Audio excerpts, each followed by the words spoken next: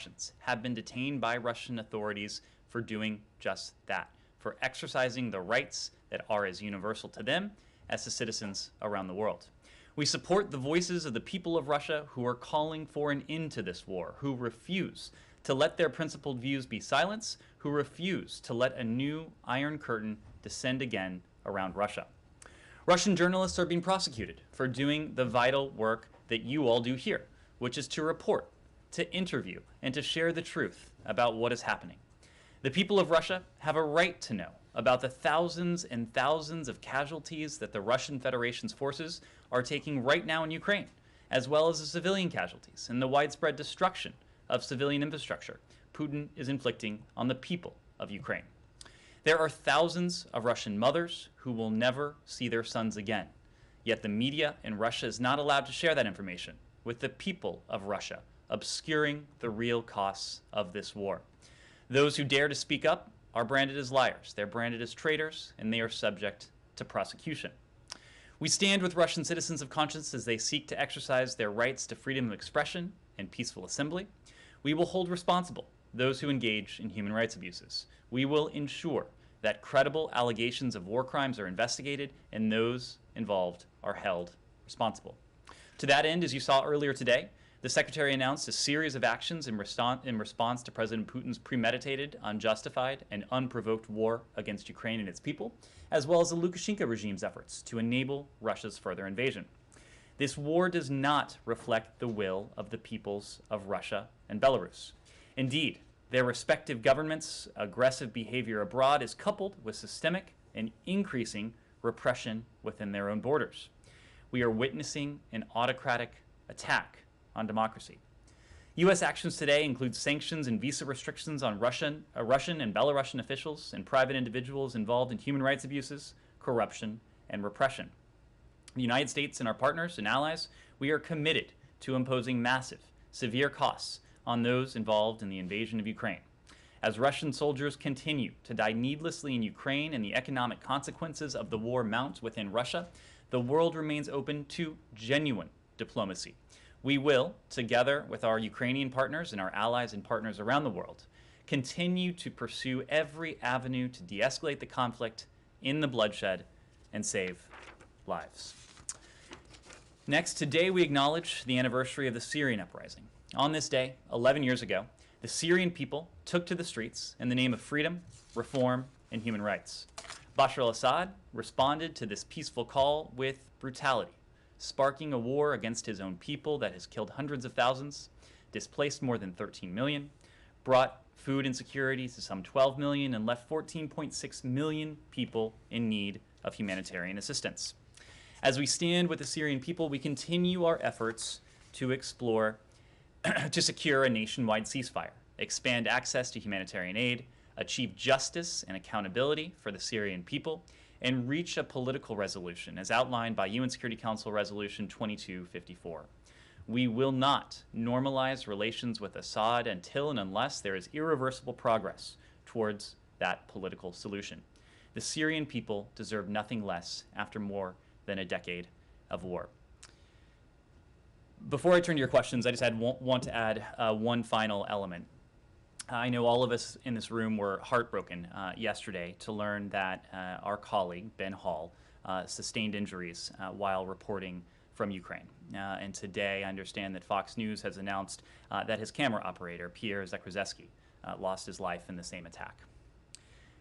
All of us know Ben. We've traveled the world with him.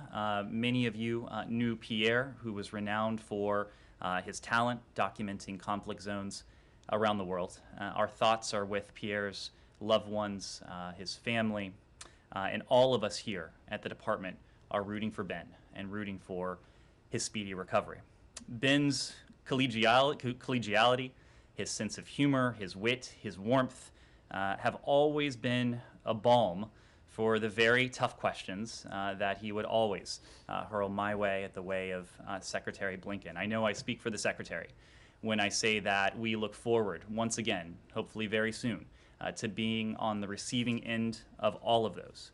We have engaged at multiple levels with Fox News. We have made very clear that we will do everything we possibly can to help Ben and any others who may have been involved and injured in this horrific attack. So with that, I'll take your questions. Thanks, Ned. I don't see Rich or Nick in here, so I'll say I don't want to speak for Fox, but thank you for those comments, and on behalf of the whole press corps, thank you for that. We appreciate it. Before going into to Ukraine, I just wanted to ask you, one thing that you just said about the anniversary of the Syria situation struck me as a bit unusual. You said, we will not normalize relations with Assad until and unless, and then you gave the conditions. When did it become a possibility that the U.S. would ever normalize relations with Assad? Well, for a long time, the line was his days are numbered. I mean, going back almost 11 years now. It has been 11 years, Matt. It has been 11 years since a peaceful uprising was met with the iron fist of the Assad regime. So so has there been a decision made that you could, in fact, go back to having normal relations with a government in Syria that is led by Bashar Assad? Matt, there can never be normal relations with a government that has treated its own population, its own people, with the level of brutality, with the level of violence, with the level of suppression, the use of chemical weapons, other forms of horrific violence that we've seen from this regime. We've made our position clear when it comes to holding the Assad regime accountable. We have not, we will not lift sanctions on Bashar al-Assad or his regime. We will continue to oppose reconstruction led by or for the Assad regime until and unless there is irreversible progress on that political solution that is laid out in UN Security Council Resolution 2254. But you're saying it is possible for the U.S. to have a normal relationship with a government led by Assad, Matt, if those conditions are met? Matt, I do not think there will ever be a normal relationship. Well, you said you were the one who used the word normalized, so I think that term has come up in the context of other governments that have approached the Assad regime. We've made very clear that the United States government will maintain our sanctions on the regime. We continue to support the political process that's laid out in UN Security Council Resolution 2254. We continue to stand with the people of Syria in that regard. On Ukraine, I just have two brief ones that are kind of diplomatically related. Both of them have to do with Russia. You mentioned the sanctions that you guys imposed today on them, but they also imposed sanctions on several, the President, Secretary of Defense, others. I noticed you were left off the list. I'm feeling left out. But I'm just wondering, the White House, obviously your colleague at the White House addressed this earlier and said, well, none of us have bank accounts in Russia. None of us are planning to go to, Sochi for vacation or anything like that. But, that's exactly what the Russians say about the sanctions that you put on them, that they essentially have no impact. And so I'm just wondering, what you have to say about the sanctions that they imposed. And then the second one, which I'm sure your response will be extremely brief, is do you have any comment about Russia formally withdrawing from the Council of Europe?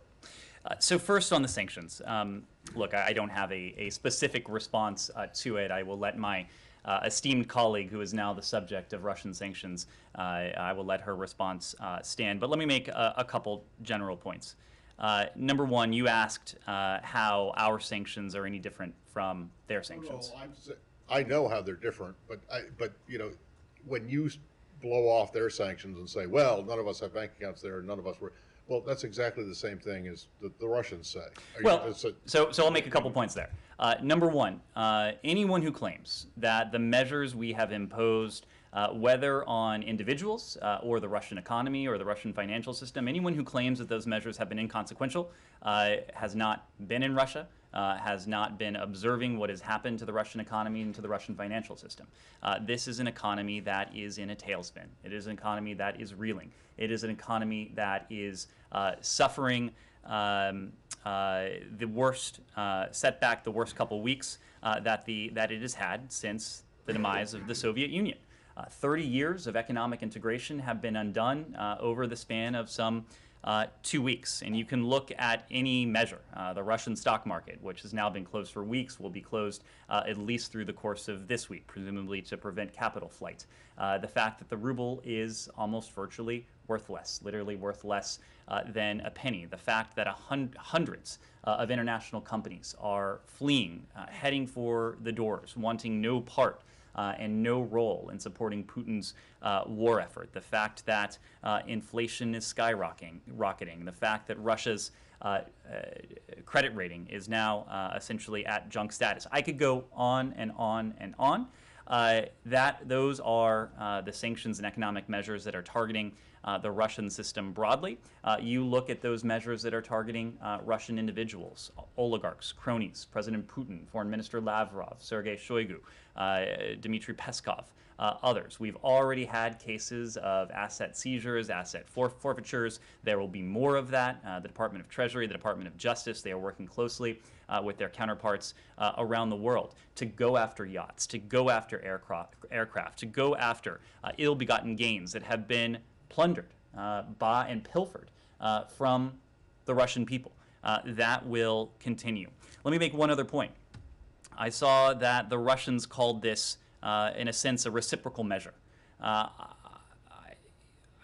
think I certainly took umbrage at that term, noting that nothing can be reciprocal, given that we imposed the measures we did in response to President Putin starting a premeditated, unprovoked, unjustified war against a civilian population next door. We imposed our measures in response to the untold death and destruction, the killing of civilians in Ukraine, the loss of life that both sides have already endured. We imposed our measures for the destruction and attempt at destruction of an entire country. And we imposed our measures in response to President Putin's apparent thought that he could flout the basic tenets of the rules-based international order, the rules that all countries have abided by, the rules that have really set the predicate for some 70-plus years of untold levels of stability, security, prosperity around the world, whether that's in Europe, whether that's in the Indo-Pacific, whether that is in anywhere in between. So there's nothing reciprocal about what the Russians have done versus what we together with our allies and partners have sought to do. What the Russian Federation has done is start a war, has caused untold loss of life in Ukraine, among Ukrainians, among Ukrainian civilians, men, women, children, maternity hospitals, residential buildings, not to mention the Russians who have also lost their lives in this needless war. President Putin has started a war. We are doing everything we can with our measures, with our other steps, to end a war. Council of Europe. Oh, Council of Europe. Did that register with you, or do you think it doesn't matter? I mean, I know you're not part of the Council of Europe. Well, we are aware that Russia has informed the Council of Europe that it intends to withdraw. Of course, we would refer you to the Council for next steps. We did previously welcome the Council of Europe's suspension of the Russian Federation for its aggression in Ukraine. We similarly welcomed the Parliamentary Assembly's strong statements of support for Ukraine in the extraordinary session that was held.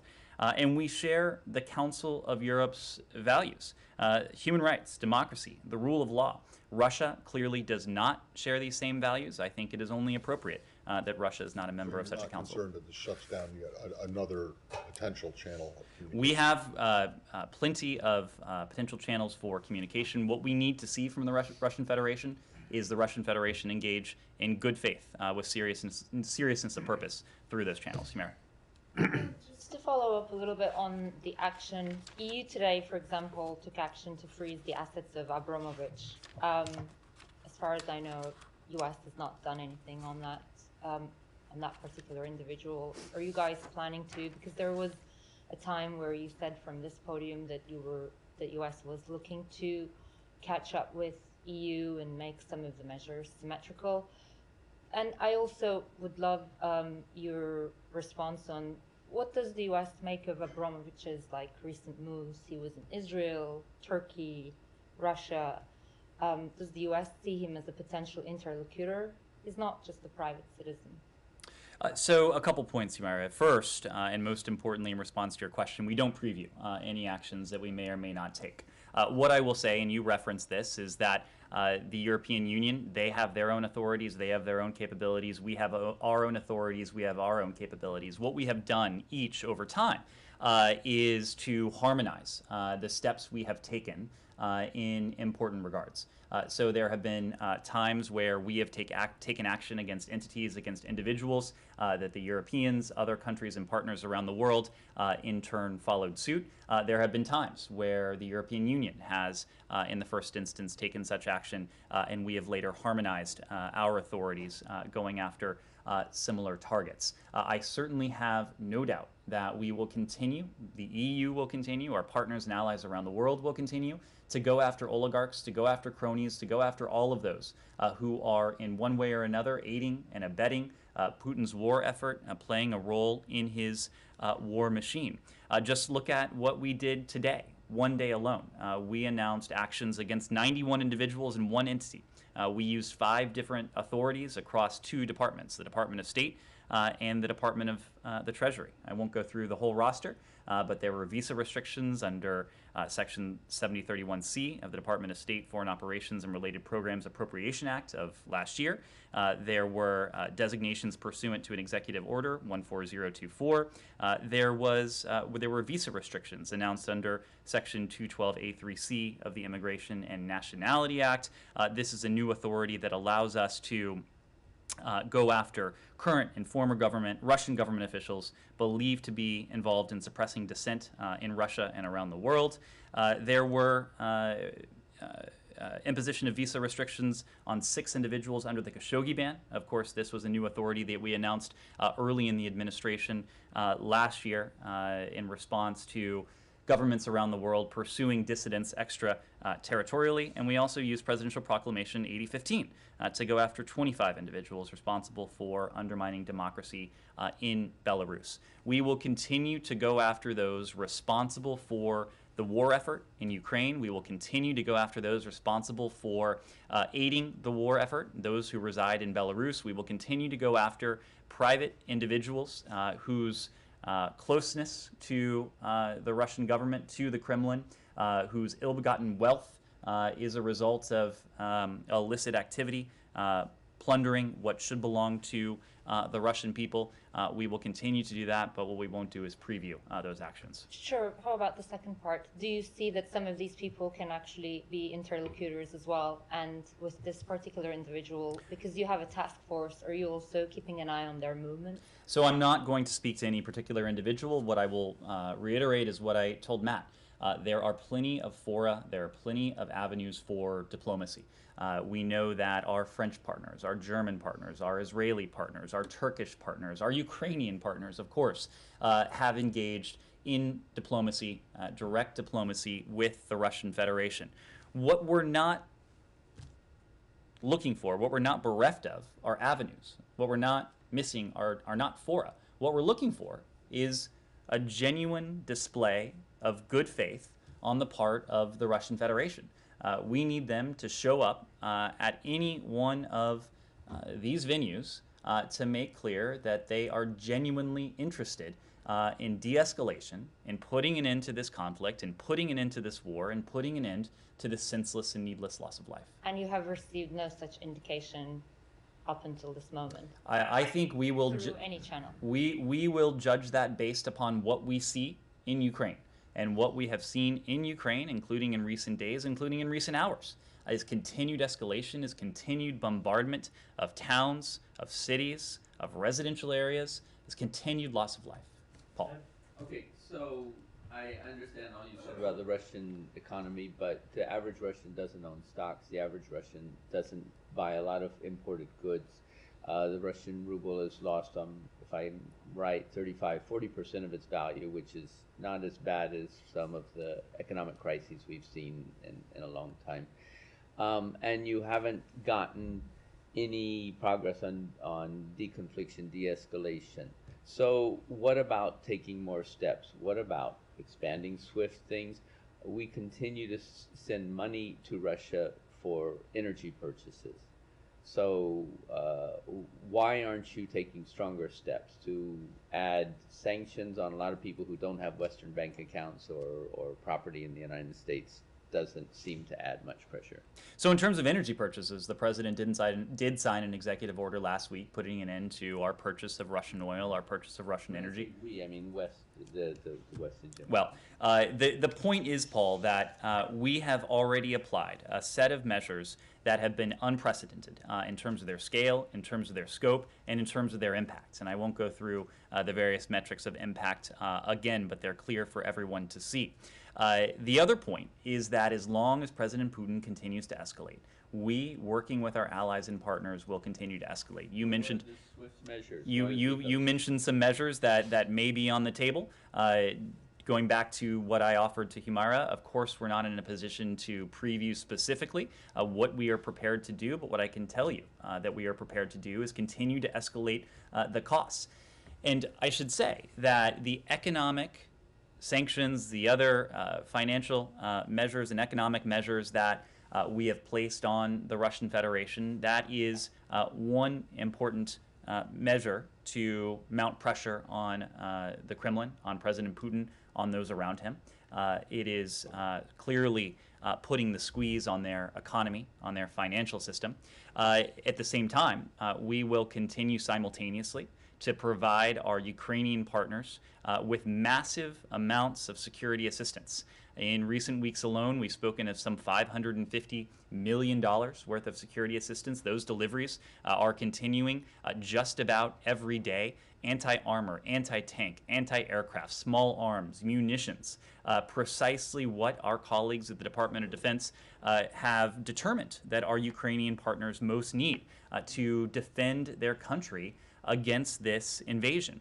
And we are very fortunate that given the passage of the spending legislation out of Congress, we now have $13.6 billion for the people of Ukraine in different realms. And a good chunk of that money, about half of it, will be made available in the form of additional security assistance. So we have provided more than $1.2 billion in security assistance to our Ukrainian partners over the course of the past year. We're going to be in a position to do much, much more given the spending allocation that we recently have had from Congress. That is another avenue that is putting pressure on President Putin. And we have seen that pressure and the effectiveness of that security assistance, the effectiveness of the Ukrainian resistance, in that we are now on day 20 of this Russian invasion, of this Russian war. President Putin's certainly cannot be comfortable with what he has seen from his forces on the battlefield. I will leave it to others to offer the military analysis. But again, President Putin gravely miscalculated if he thought that he could dispatch 100,000 forces into a sovereign country and not face and find the stiff resistance that he's found, with thousands of Russian service members losing their lives, with his forces stalled in key areas. President Putin has gravely miscalculated if he thought he could do all of this without facing opposition at home. And we've seen very prominent displays of that opposition, including in recent hours, in ways that would have been unexpected even a few weeks ago. 15,000 people arrested across Russia, across dozens of Russian cities, including in President Putin's hometown of St. Petersburg, for peacefully exercising the rights that are as universally available to them as to anyone else on the planet: the right to freedom of assembly, the right to freedom of expression. We continue to stand with them. And President Putin, going back to where we started, has gravely miscalculated if he thought that the United States, that our allies and partners were bluffing when we talked about the profound costs that we were prepared to impose on Russia's economy, on its financial system, on the Kremlin if he were to go forward. President Putin has now found that he made grave miscalculations in all three regards. John, follow up, sure. Oh, yeah, thank you. Paul asked about the more stronger steps, and you told about the military support to Ukraine. But one of those most stronger steps might be the transferring to Ukraine the old Soviet era weapons. And so could you, including S-300, so could you comment on the CNN today's report that reportedly State Department is already involved in the talks with the European partners and creating such a list? So we are in constant discussion with our Ukrainian partners in the first instance about their needs, their security needs. I can say that Secretary Blinken spoke to Foreign Minister Kuleba again today. They discussed Ukraine's security needs once again, working very closely with our colleagues at the Department of Defense. We have put together packages of defensive security assistance that our Ukrainian partners most need. And as I said before, that includes anti-armor, that includes tanks, anti-tank, that includes small arms, that includes munitions, and it most certainly includes anti-aircraft and surface-to-air systems. So we are not detailing every element of those security packages that we are providing, but we are continuing to provide security assistance in all of those realms. We know that Russian missiles, Russian rockets, Russian artillery have wrought destruction across large parts of Ukraine, and we are prepared to, and we have provided our Ukrainian partners with the sort of surface-to-air systems, anti-aircraft systems that would help protect themselves against this onslaught, against these attacks. We are always looking at what's in our inventories, and also our allies around the world are looking at what's in their inventories. And Secretary Blinken has on several occasions now authorized our NATO allies to provide U.S. origin equipment to our Ukrainian partners. Our inclination has always been to be responsive to precisely what our Ukrainian partners need. We've been able to do that with the funding we've been granted from Congress, and now that we have $13.6 billion of additional funding to work with, about half of which will go in the direction of security assistance, we'll be able to do quite a bit more. Can I just make sure when you said tanks and then you said anti-tank? Anti-tank, You don't mean anti-tank, tanks anti-tank, and- anti-tank, anti-armor. John. And because things are always moving in the air. Since the start of Russia's invasion, has the United States yet engaged directly with Russia about off-ramps or ways to reduce violence? Directly, have you engaged directly with Russia about this? John, a number of our partners are engaged directly with the Russian Federation at high levels. I think what is clear is that none of these engagements have yet resulted in the diminution of violence, in an end to the war, in a reduction of the loss of life that we've seen across Ukraine. If we determine that high-level U.S. engagement would be advantageous to help move forward with that overriding goal of putting an end to this violence, putting an end to this senseless war, we would absolutely be prepared to do so. What we have found, however, what our partners and allies have found, however, and what our Ukrainian partners, most importantly, have found, however, is that we have yet to find a Russian interlocutor that is either able or willing to negotiate in good faith, and certainly not in the context of de-escalation, given that Russian forces have continued to escalate, have continued to wreak violence across Ukraine. So we'll continue to look for diplomatic openings. In the meantime, we will continue to support our Ukrainian partners, as well as the diplomatic efforts that our allies around the world are taking part in. And then can you just comment on the statements from Moscow about receiving written assurances related to the Iran deal? So we've discussed this yesterday a bit. What I will say is that we have made significant progress over recent days when it comes to the possibility of mutual return to compliance with the Joint Comprehensive Plan of Action. We continue to engage with Russia on a return to full implementation of the JCPOA. I think what you heard from Foreign Minister Lavrov, I will let him speak for himself, I will let the Russians speak for themselves, but it may well be a reflection of the fact that we, of course, would not sanction Russian participation in nuclear projects that are part of resuming full implementation of the JCPOA. We can't, and we won't, and we have not provided assurances beyond that to Russia. We will let Foreign Minister Lavrov speak for his country. But perhaps it is now clear to Moscow, perhaps a couple things are now clear.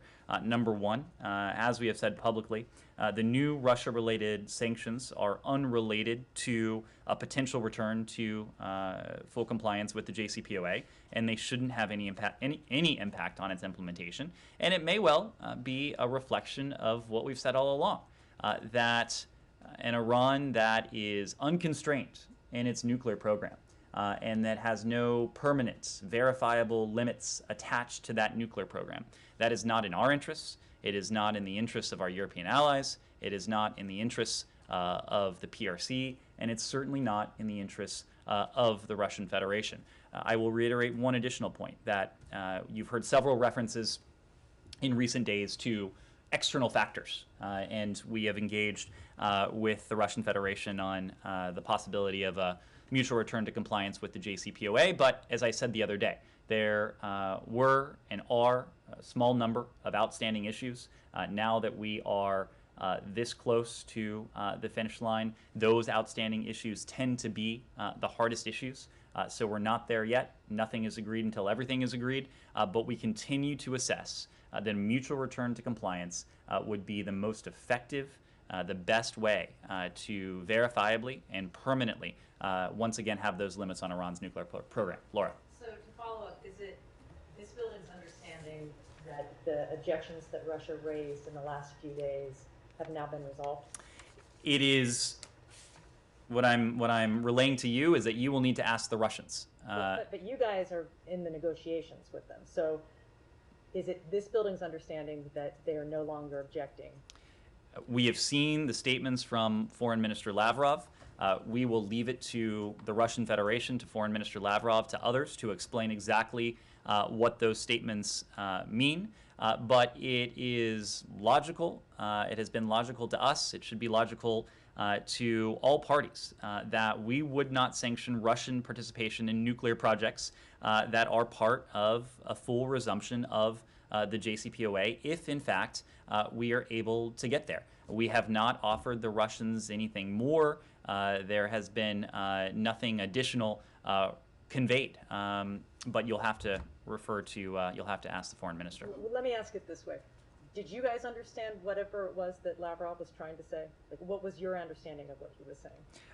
I'm not going to interpret the foreign minister's remarks. Again, you'll need to talk to them to ask their position, where they are on a potential mutual return to compliance. We know where the Russian Federation has been in the past. Of course, Russia was an original member of the P5+1, understanding since well before 2015 that a nuclear-armed Iran or an Iran on the verge of a nuclear weapon would not be in Moscow's interests, certainly not in our interests. We hope to be able to complete a mutual return to compliance with the JCPOA in short order. We should be able to if negotiators, if the parties come together, negotiate in good faith, and close out these remaining outstanding issues. I'm a bit confused. How can you say for sure that you will not sanction any Russian activity related to any return to the deal? The Ukraine-related sanctions well post-date the original JCPOA. I mean, they only date back to February, late February of this year. If there is a Russian, and I realize this is a hypothetical, but you seem to be raising the hypothetical and the answer to your question, and maybe you're not the right person to ask because it gets into the weeds here.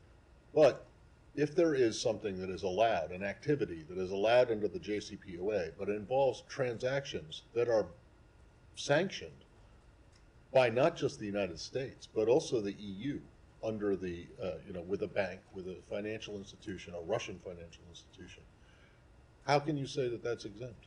Well, to be clear, Russia is not getting out of the sanctions and other financial measures that we have been, that have been imposed for this war in Ukraine. What we are talking about here is the very basic point, something that should be quite clear, that we would not sanction Russian participation in nuclear projects that are part of a full resumption of the JCPOA. These are separate realms. These are separate areas. If they involve any kind of a monetary transaction that touches either the European or American financial systems, or SWIFT for that matter, then you have a problem. I don't see how you can exempt them. Because if I'm the Russians and I see that that's exempted, well then all of a sudden every foreign transaction that I do is going to be related to Iran's nuclear program, and therefore exempt under. So Matt, I think two things can be true. One, the JCPOA is not going to be an escape hatch for the Russian Federation and the sanctions that have been imposed on it because of the war in Ukraine. But two, we are not going to sanction Russia for participating in nuclear projects that are part of the JCPOA. You're right, you're asking a very weedy question. It's probably better for... then let me add another one to it. It may be better for an expert, but then what about the idea of the secondary sanctions? Because any bank or financial institution that would be involved in a transaction, say Russia purchases heavy water from the Iranians or enriched uranium. This seems to open the Pandora's box that you keep talking about and other things. It just seems that the Russians would be able to disguise any number of non-Iranian nuclear deal transactions through that same channel of exemptions that you're offering them. Well, so what you're raising is a hypothetical wrapped in another hypothetical. The hypothetical that... I'm sorry, but you're talking about a deal that doesn't exist yet. Well, that's my point. No, my hypotheticals are related, based on your initial hypothetical. That's exactly my point. So rather than get wrapped around the axle of hypotheticals, can we get someone down here to go through this stuff? I have Ukraine questions. Any more Ukraine questions? Seems like there are a couple Ukraine questions. Is Robert Malley going back to Vienna this week? Rob Malley and his team, they are still based here. I understand that negotiators are still in capitals.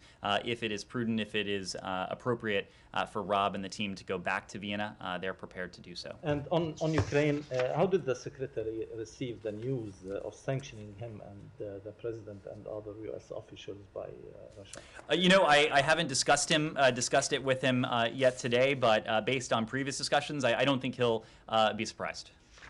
He will be able to sleep. I'm sorry? He will be able to go to bed.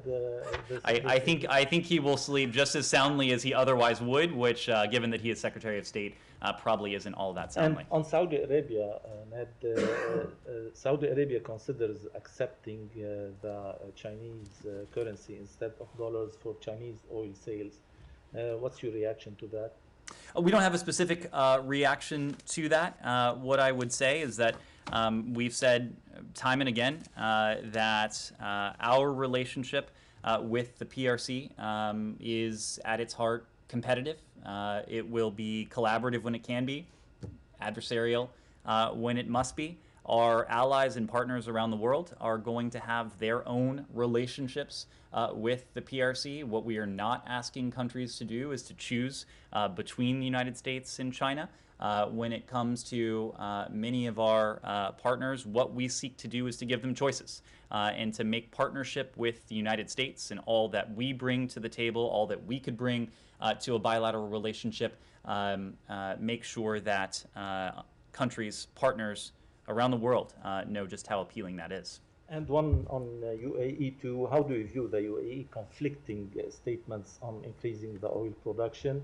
Their ambassador in Washington said that they will increase the production, and their energy minister contradicted them.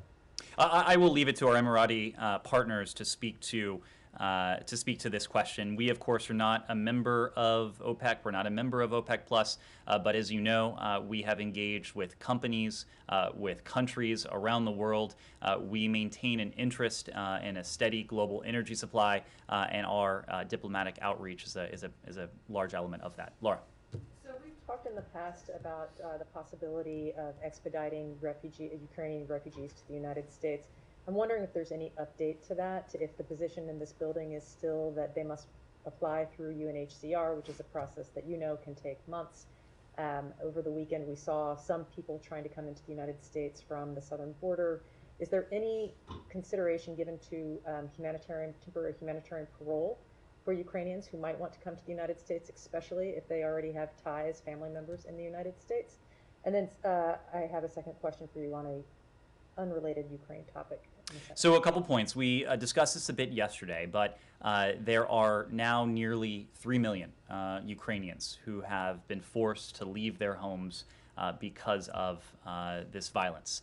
We are deeply, deeply grateful to Ukraine's neighbors, to countries throughout Europe who have so generously opened their arms to welcome these Ukrainian refugees. We recognize the fact that many Ukrainians have family, have loved ones who are in Europe. We expect most Ukrainian refugees will seek to remain in Europe until and unless they can return to their homes. And of course, that is our ultimate objective, to see to it that Ukrainians who have been displaced by this violence, whether they're one of the 2 million internally displaced persons inside of Ukraine, or nearly one of the 3 million, one of nearly 3 million Ukrainian refugees who have been forced to flee their country. Our goal, of course, is to see to it that they can return to their homes once this violence ends. We are working with UNHCR, with resettlement partners, overseas posts, to determine whether Ukrainians who have departed Ukraine require resettlement to a third country because they can't be protected in their current location. We, as we always do, assess protection needs, and that includes cases of particular vulnerability as a central tenet of our refugee admissions to address the urgent need for resettlement across all regions. We don't discriminate on the basis of any country of origin. As we discussed yesterday, our refugee ceiling has various regional categories attached to it. There's a category for those who would emanate from Ukraine. Any admissions of Ukrainian nationals through the U.S. Refugee Admissions Program would be in accordance with that presidential determination on refugee admissions. What I can say right now is that we have been, we will continue to be a country that welcomes refugees from around the world. We know that as a nation of immigrants, as a nation that has always opened its arms to refugees, we are made stronger, that it is very much in our American DNA to continue doing just that. If there is a need to resettle Ukrainian refugees in the United States, we will look to do so. I am fully confident we will do so. If there are additional authorities or avenues that need to be investigated, I have full confidence we'll do that too. But is the administration considering an expedited process for any people at this point? Do you know? So again, I wouldn't want to get ahead of anything, but we do have processes that are in place, including through the U.S. refugee admissions process, where we have the ability to bring in Ukrainian refugees should the need arise. Okay, and I also wanted to ask about the case of Brittany Griner. It's been almost a month since she's been detained in Russia. What is the State Department's understanding of how her conditions are in Russia right now as she's being held, and what is the State Department doing to try to get her released? There's not much I can say given the privacy considerations that are implicated in this case. This is a case that we have been working on since the time of her detention. Every time an American is detained overseas, our consular officers, including our consular officers in Moscow, are providing every form of support that we can.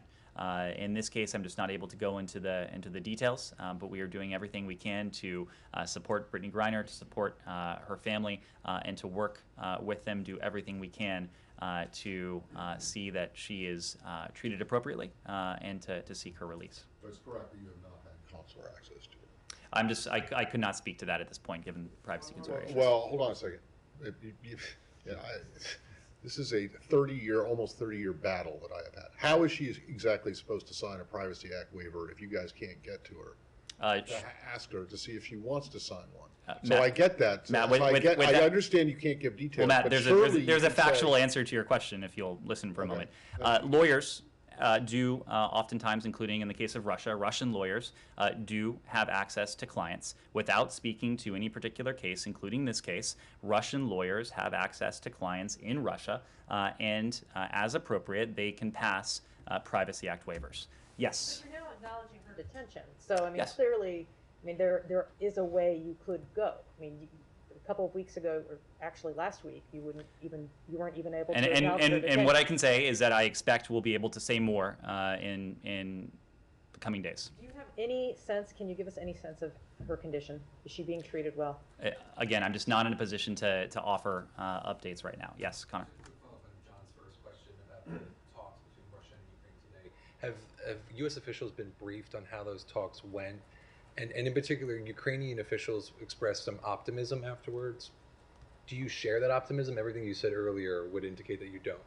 Well, our Ukrainian partners are the ones who are taking part in these conversations. The conversations over the past couple days have been virtual, but as I mentioned a moment ago, Secretary Blinken did have an opportunity earlier today to speak to Foreign Minister Kuleba. Virtually every time he's spoken to Foreign Minister Kuleba, the Foreign Minister has passed on updates regarding the diplomatic efforts. Rather than characterize whether we're optimistic or pessimistic, again, what we are going to be looking for are developments on the ground. And the developments we want to see are clear. We want to see de-escalation. We want to see a diminution of the violence. We ultimately want to see a withdrawal of Russian forces from inside Ukraine. We have not seen any of those things just yet. President Zelensky today said that Ukrainians should be prepared that the country would not be allowed into NATO. Have you advised his administration at all in these talks whether or not that should be something that they commit to not joining the alliance? Nope. To be very clear, we have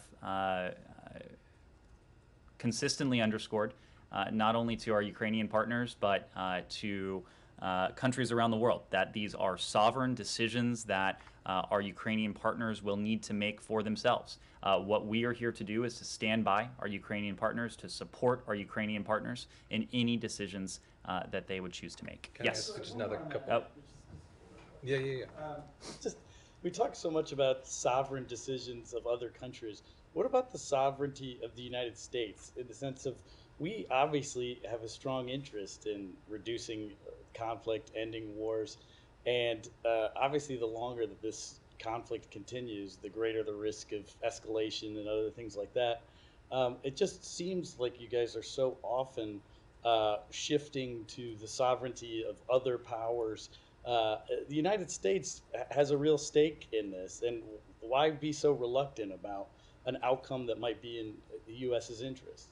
We're not reluctant about that at all, John. We are doing everything we can to see a diminution of the violence, to see an end to this war. You're right that every day this war goes on, there's the chance of escalation. There's the chance of broader conflict. But to that end, we've done a couple things. Number one, we've been very clear about steps that we are not going to take. President Biden has made very clear that American pilots are not going to operate over Ukrainian airspace. American service members are not going to operate on Ukrainian soil. But number two, we have supported our Ukrainian partners in their efforts to achieve a diplomatic resolution to this conflict. We have supported and we've been in close coordination with our French partners, our German partners, our Israeli partners, our Turkish partners, and others who have engaged directly with Russia diplomatically to see that same outcome achieved.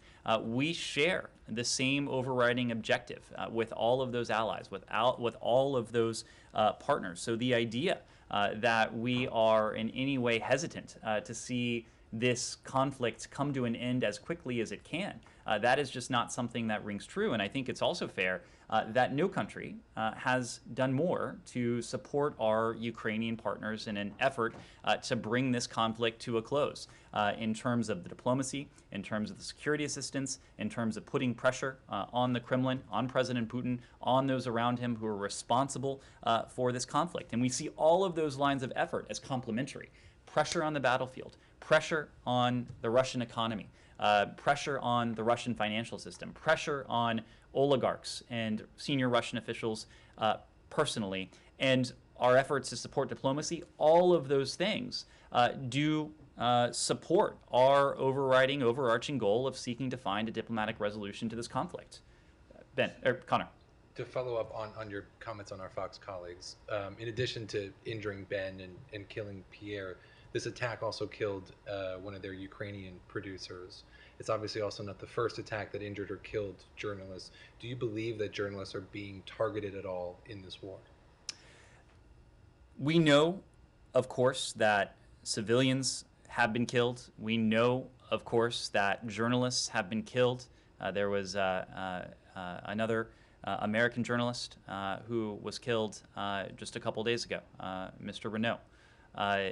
We have seen these reports. What we are doing right now is through every piece of information available to us, we are documenting, we are trying to discern the facts. If we determine that there is any intentionality here, intentionality in terms of the intentional targeting of civilians or the intentional targeting of journalists or any other group that should be completely off limits under international humanitarian law, under the Geneva Conventions, under the law of armed conflict, that is something that we would take very seriously, and there would be a very serious response. Just to follow up on that, so do you guys have like a formal review or an investigation where you're collecting everything, and is there like a U.S. government review, whether you're looking into like war crimes? There are a number of review mechanisms. We've spoken to the effort that's ongoing with the ICJ, with the UN Commission of Inquiry. The OSCE has its own process. The ICC has its own process. And yes, here within the State Department, we are documenting.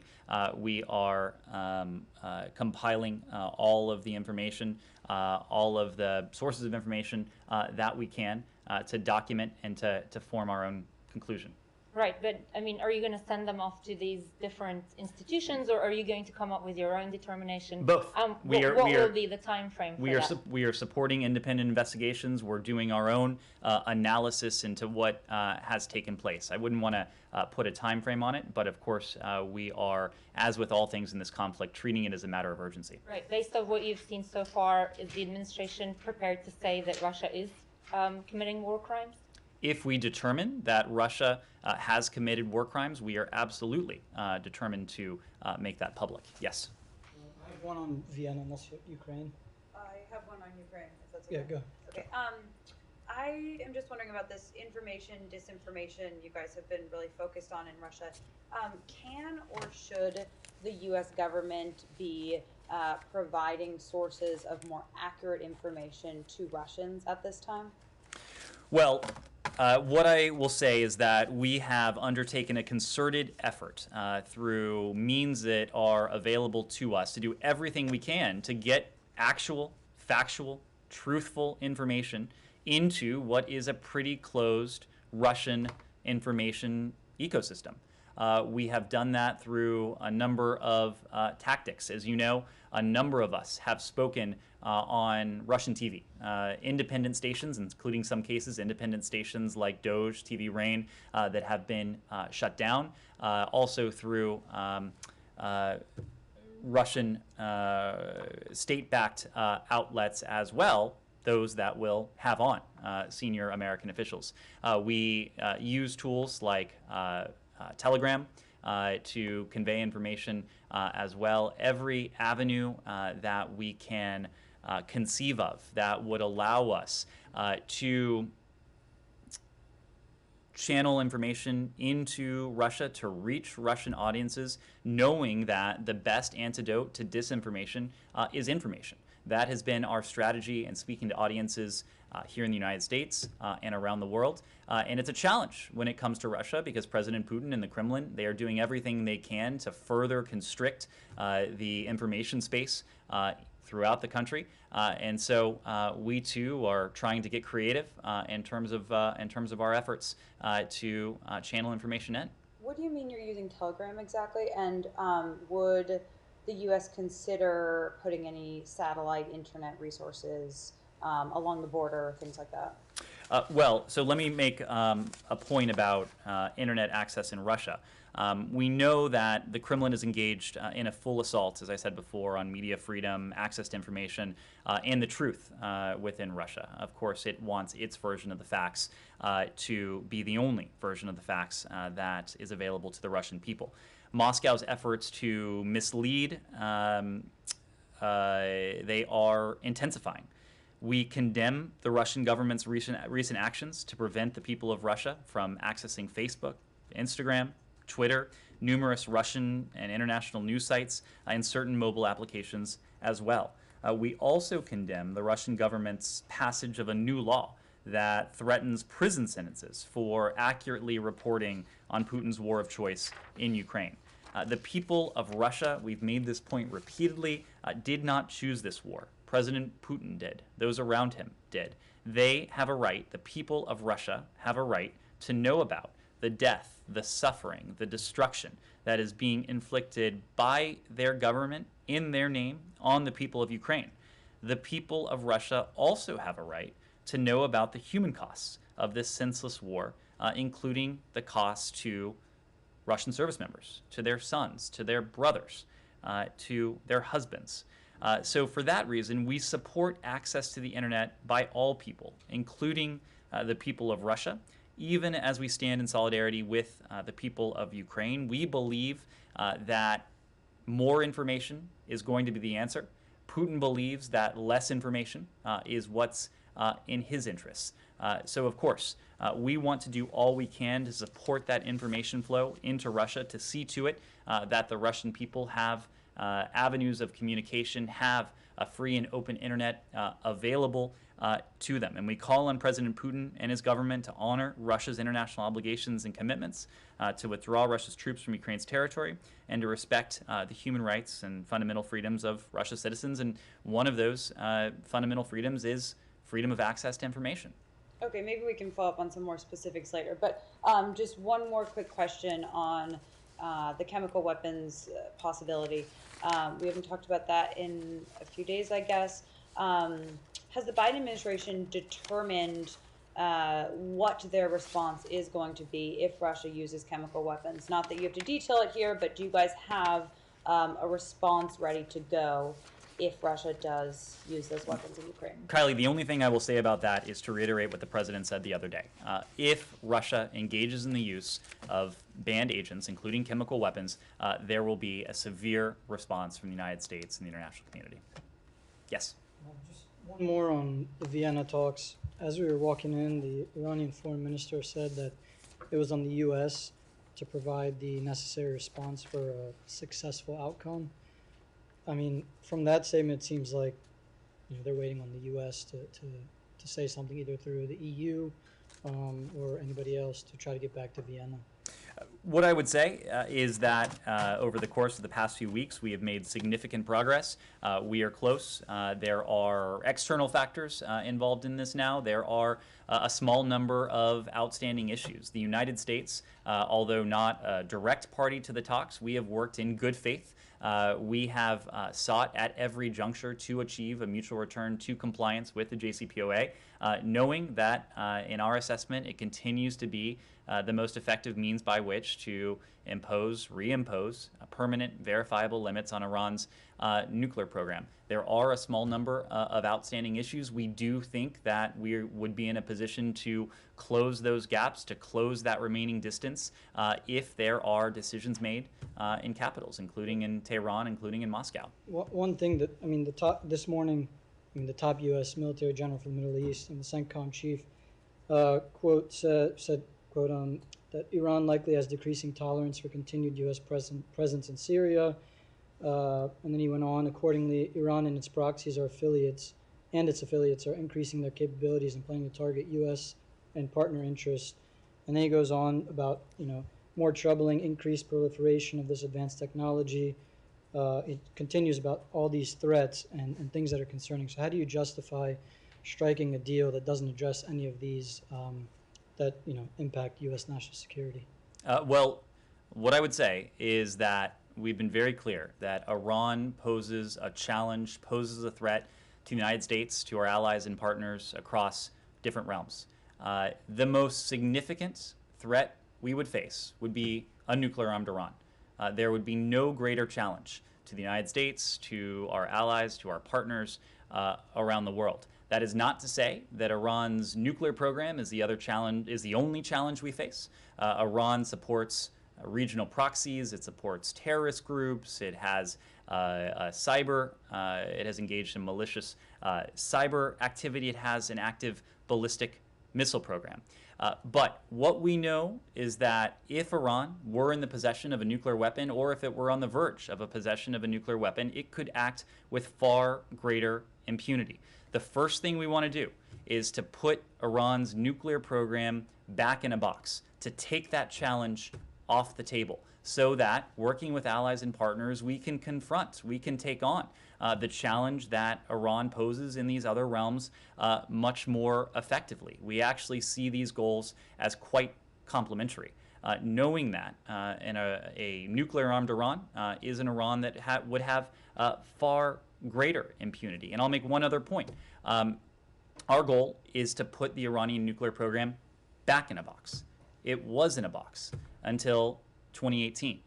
Prior to 2018, when the JCPOA was in full force, in full effect, we did not see the same kinds of provocations that we have seen even in recent days.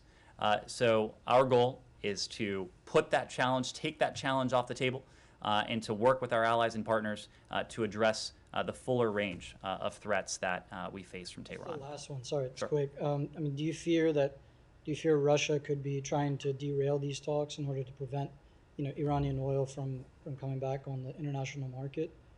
If presumably that's, what they're going to get under the deal. Well, again, whether or not there is a JCPOA, our posture towards an Iranian oil ban would not change.